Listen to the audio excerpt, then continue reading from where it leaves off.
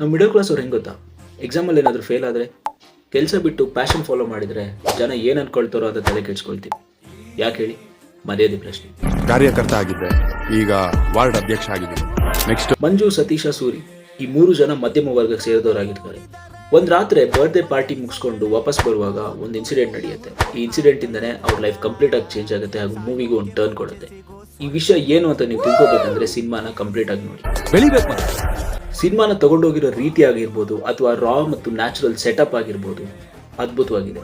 First half ಅಂತೂ ಸಖತ್ gripping ಅನ್ಸುತ್ತೆ, ಯಾಕಂದ್ರೆ ಈ 3 ಕ್ಯಾರೆಕ್ಟರ್ಸ್ ಹಾಗೂ ಇನ್ನಿತರ ಕ್ಯಾರೆಕ್ಟರ್ಸ್ಗಳನ್ನ ನಿಮ್ಮ ತಲೆಯಲ್ಲಿ ಡೀಪ್ ಆಗಿ ಕೂರಿಸ್ಬಿಡ್ತಾರೆ. ಇನ್ನು ಸೆಕೆಂಡ್ ಹಾಫ್ ಎಂಗೇಜಿಂಗ್ ಆಗಿದ್ರು ಸ್ವಲ್ಪ ಇಮೋಷನಲ್ ಆಗಿದೆ. ಇನ್ನು ಆಕ್ಟಿಂಗ್ ವಿಚಾರಕ್ಕೆ ಬರೋದಾದ್ರೆ ಪ್ರತಿಯೊಂದು ಕ್ಯಾರೆಕ್ಟರ್ ಕೂಡ ಆಕ್ಟಿಂಗ್ ನ ಜಸ್ಟಿಫೈ ಮಾಡಿದ್ದಾರೆ ಅಂತ ಹೇಳ್ಬೋದು. ಶೈನ್ ಶೆಟ್ಟಿ ಆಗಿರ್ಬೋದು, ಪ್ರಭು, ಸುನಿಲ್, ರಾಕೇಶ್ ಅಡಿಗ, ಪೂರ್ಣ ಎಲ್ಲರೂ ಕೂಡ ತಮ್ಮ ರೋಲಿಗೆ ಜಸ್ಟಿಫೈ ಮಾಡಿದ್ದಾರೆ. ಇಂಟರ್ವ್ಯೂ ಪ್ರಭು ಅವರು ರಾಕೇಶ್ ಅಡಿಗಾಗಿ ದುಡ್ಡು ಕೊಡೋ ಕರೆದಿರ್ತಾರೆ, ಬಟ್ ಆ ಒಂದು ಸೀನ್ ನೀವು ಮಿಸ್ ಮಾಡ್ಕೊಳ್ಬೇಡಿ. ಎಸ್ಪೆಷಲಿ ರಾಕೇಶ್ ಅಡಿಗ ಅವರ ಎಕ್ಸ್ಪ್ರೆಷನ್ ಅಂತ ಫಸ್ಟಿಗೆ ಶೈನ್ ಶೆಟ್ಟಿ ಅವರಿಗೆ ಪ್ರಾಮಿನೆನ್ಸ್ ಇಲ್ಲ ಅಂತ ಅನ್ಸ್ಬಿಡುತ್ತೆ, ಬಟ್ ಸ್ಟೋರಿ ಹೋಗ್ತಾ ಹೋಗ್ತಾ ಶೈನ್ ಶೆಟ್ಟಿ ಅವರ ಕ್ಯಾರೆಕ್ಟರ್ ಪ್ರಾಮಿನೆನ್ಸ್ ಏನಂತ ಗೊತ್ತಾಗುತ್ತೆ. ಇನ್ನೊಂದು ಪಾಯಿಂಟ್ ನನಗೆ ಏನು ಸಕ್ಕದಾಗಿ ಇಷ್ಟ ಆಯ್ತು ಅಂದ್ರೆ ಮಿಡ್ಲ್ ಕ್ಲಾಸ್ ಅವ್ರ ಮರ್ಯಾದೆ ಪ್ರಶ್ನೆಗೆ ಧಕ್ಕೆ ಬಂದ್ರೆ ಯಾವ ರೀತಿ ಅಗ್ರೆಸಿವ್ ಆಗ್ತಾರೆ ಅಂತ ತೋರಿಸಿದ್ನ ಲಿಟ್ರಲಿ ಮೆಚ್ಚಲೇಬೇಕು. ಆದ್ರೆ ನನ್ನ ಮಕ್ಕಳು ಬೆಳೆಯಕ್ ಬಿಡಲ್ಲ.